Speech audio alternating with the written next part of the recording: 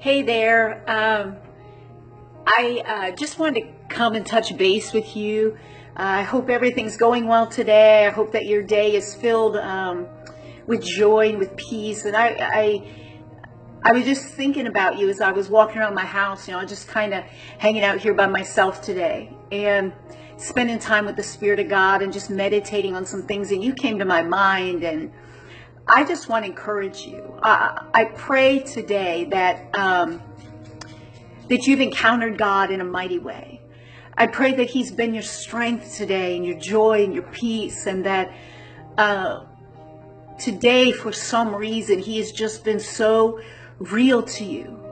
I know oftentimes we go through our Christian walk and we say the right things, and we're Christian, we're saved, but sometimes we don't feel God, and sometimes we don't see God.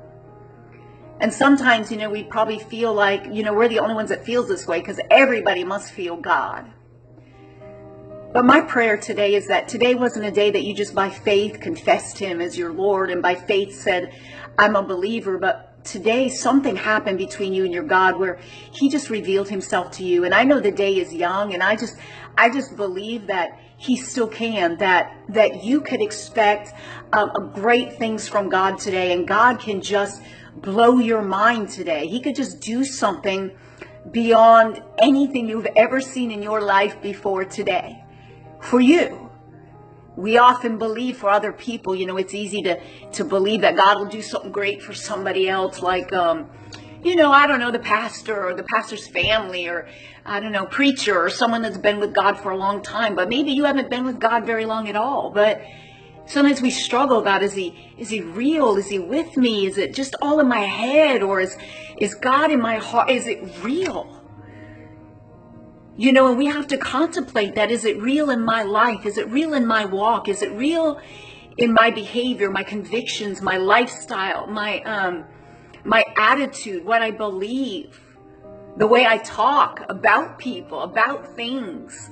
Am I going to do this for real? Am I going to do God for real? And so I just pray today.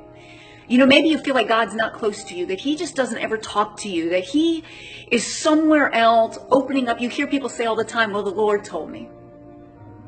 And I know I've gone through times where I've heard people say, the Lord told me, or in prayer, God spoke to me. And I've thought, God, why don't you speak to me like that? Why don't you reveal stuff to me? Why don't you talk to me like that?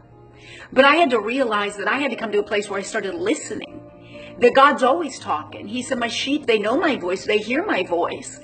So we're hearing it. We're picking up on it. We're just not always recognizing it from other voices, but He is talking. And He loves me as much as He loves that preacher, that pastor, that evangelist, that great apostle, or whoever. But sometimes we don't feel that way. And my prayer for you today is that you would feel that way, that you would feel like God has been with you in the room, like God has walked with you today. Like when you woke up today, God was thrilled to see your face, not someone else's face, your face. That God's heart leapt for joy when you got up out of bed this morning. Now, hell trembled, but God celebrated. Hell freaked out.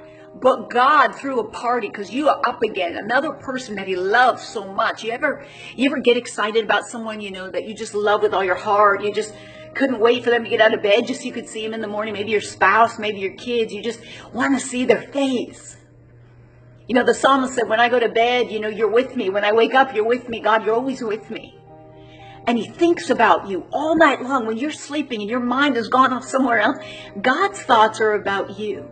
And my prayer today is that you have felt that today, that you have felt His comfort, that you have felt His peace, that you have felt His strength, that you have felt His presence in the room, in the situation with you, at work, in the car, in the bathroom getting ready, wherever you have been, whatever you've been doing, maybe in a board meeting, wherever you've been, that God has somehow made Himself known to you, that the same God that spoke to probably David today, and Jonah, and Joseph, and Abraham, and Sarah, and Mary, and all these people, Miriam, that God spoke to, Hannah, today, that same God has been talking to you today. I pray that you know that. Not that you just believe it in your head, but that you know that somehow you've encountered that and it's been real for you today.